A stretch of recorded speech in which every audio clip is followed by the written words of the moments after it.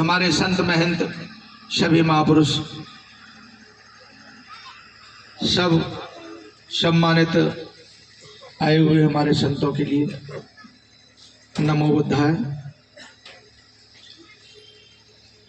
हमें साहब जी ने संकेत दिया है कि शॉर्ट में ही काम करना है, तो मैं ज़्यादा लंबा न करके, ये बौद्ध धम्म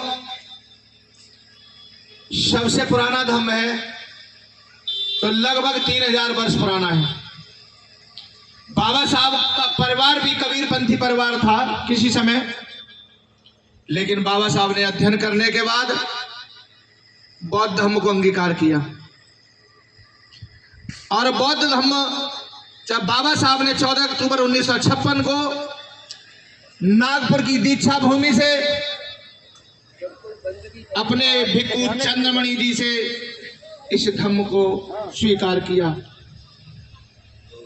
तो बाबा साहब ने बुद्धं शरणं गच्छामि धम्मं शरणं गच्छामि 2 शब्द आसानी से बोल दिए, लेकिन तीसरा शब्द जब आया कि संघं शरणं गच्छामि, तो बाबा साहब 2 मिनट के लिए मौन हो गए थे। क्यों मौन हो गए थे? इसका कारण था, बाबा साहब ने कहा मेरे शास्त्रा मुझे ये बताओ कि मैं किस संघ की शरण में जाऊं। संघ तो लुटेरों का भी होता है, व्यभिचारियों का भी होता है, कारोबारों का भी होता है, चोरों का भी होता है, नाना प्रकार के संघ हैं। मैं किस संघ की शरण में जाऊं? तो बाबा साहब के जो धम्म गुरु भिक्खु चंद्रमणि जी महाश्वर, उन्होंने कहा कि अम्बेडकर आप उस संघ की शरण में जाओ जो मानव के कल्याण हेतु कार्य करे। उस संघ की शरण में जाओ जो अपना समय परिवार में लगा के और परिवार का भरण पोषण करने के बाद जो समय बचता है वो समाज के कल्याण के लिए लगाए। ऐसे संघ की शरण में जाओ। तो मेरे उपासक उपासिकाओं धर्म प्रेमियों, दुनिया में 4 तरह के लोग होते हैं ये तथागत बुद्ध ने समझाया, और 4 तरह के लोग उपासक उपासिका कैसे होते हैं वो शॉर्ट में सुन लो। बस ये 4 चीजें बताऊंगा, उसके बाद मेरा समय पूरा हो जाएगा, क्योंकि मुझे शॉर्ट में ही दिया गया है। पहला जो व्यक्ति होता है उपासक उपासिका कोई भी, वो होता है ओला प्रवृत्ति का। आप ओले को सब जानते होंगे, जो बर्फ से आकाश से गोला गिरता है, जो किसान की फसल को नष्ट करता है, और नष्ट करने के बाद कुछ क्षणों के बाद ही वो स्वयं भी नष्ट हो जाता है। तो दुराचारी आदमी जो होता है वो ऐसा ही होता है। संगत में आए या सत्संगत की बात होती है, और वो क्या करता है, न तो उसका लाभ स्वयं उठा रहा है और ना दूसरे को उठाने दे रहा है। अपनी कुतर लगा पड़ा है, साइडों में ले जा लो जाके, या कहीं पास में बैठ के। तो भाई ऐसा काम ना करें। इस संगत में आए तो आप इस संगत का लाभ उठाएं। किसी ने कहा है कि किसी जगह पे अच्छी जगह पे आए तो वहां से कुछ लेके जाएं या कुछ छोड़ के जाएं। तो क्या कहा, ऐसा ना करें कि यहाँ पे आए आप तो कहीं किसी के जूते चप्पल अच्छे पड़े हों, उन्हें पहन के चले जाएं और खराब छोड़ जाएं। ऐसा नहीं, मैंने ये कहा है कि बुरी संगत को छोड़ें और सुसंगत का लाभ उठाएं, अच्छी संगत लेके जाएं। तो ओला प्रवृत्ति के ना बने, लाभ स्वयं भी लें और दूसरे को भी लेने दें। अगर ऐसा आदमी नहीं मानता तो उससे थोड़ी दूरी बना लें। दूसरा आदमी होता है निगरोध वृक्ष की प्रवृत्ति का। निगरोध वृक्ष को सभी जानते होंगे, पाली का शब्द है, लेकिन हिंदी भाषा में इसको बट वृक्ष कहा जाता है। बट वृक्ष को जानते हो, बरगद का पेड़। बरगद के पेड़ की जड़ें इतनी मजबूत हो जाती, इतने पिल्लर जमीन में लगा देता है वो पेड़ कि कभी किसी आंधी आफूत में कभी भी गिरता नहीं है। आपने उखड़ता नहीं देखा होगा, और पेड़ गिर जाते हैं लेकिन वो नहीं गिरता।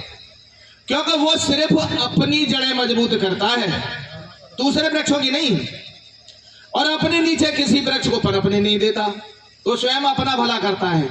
तो ऐसे प्रवृत्ति के आदमी भी होते हैं जो स्वयं अपने और अपने परिवार का भला करते हैं, वो दूसरे का भला नहीं करते।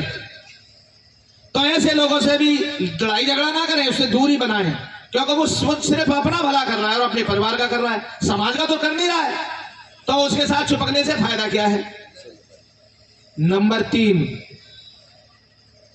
एक व्यक्ति होता है दीपक प्रवृत्ति का।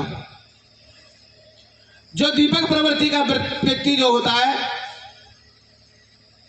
वो बाहर बार उजाला करता है, लेकिन उसके घर में अंधेरा होता है। वो अपने परिवार को सुचारू रूप से नहीं चला रहा, लेकिन समाज में सुबह सुबह निकल जाता है और वो उजाला फैलाने की कोशिश करता है, लेकिन वो उजाला नहीं कर रहा, बुराई का कुपात्र बन रहा है। वो पहले अपने परिवार को संभाले, उसके बाद समाज में उजाला करने का काम करे, तो वो अच्छा आदमी है। नंबर 4, यह आदमी सबसे श्रेष्ठ होता है, जो होता है गाय बछड़ा प्रवृत्ति का। गाय को सभी पालते हैं, किसान भाई और हमारे सभी, हर आदमी पालता है उसको लगभग, जो गांव में रहता है। अब तो खैर उसका प्रचलन कम हो गया है। पहले जब खेतों में हल जोता जाता था तो हर आदमी गाय पालने की कोशिश करता, क्योंकि वो बछड़ा देती थी, तो उससे हल चलता था, डबल फायदे होते थे, तो दूध भी मिलता था और खेती में काम करने के लिए बछड़ा मिल जाता था।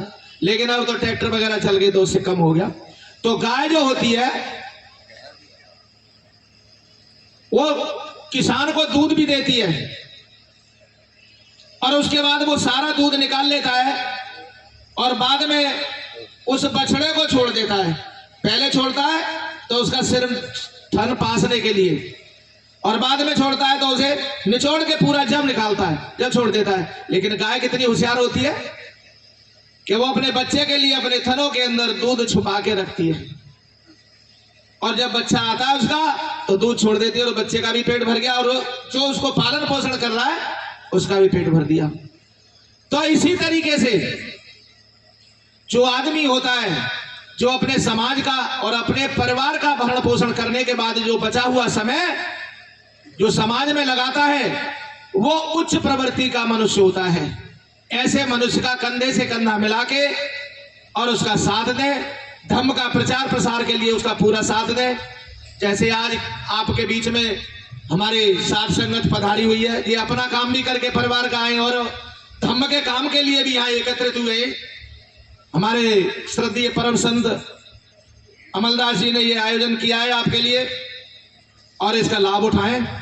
दूर दूर से संत महंत भी आए, उपासक भी आए, और भी वक्ता बैठे हुए। तो बहुत बहुत साधुवाद, सबका मंगल हो, कल्याण हो। भवतु सब मंगलम, भवतु सब मंगलम, भवतु सब मंगलम। साधु साधु साधु, सबका मंगल हो, सबका कल्याण हो। बहुत बहुत साधु। बोलिए श्री सदगुरु देव की। अभी आप सुन रहे थे भंत जी को, पूज्य भंत जी को, पूज्य भंत प्रियदर्शी धम्मप्रचारी जी। बहुत बहुत आभार है कि कम समय में गाड़ी रोक दी। 12 मिनट ले गए। सज्जनों,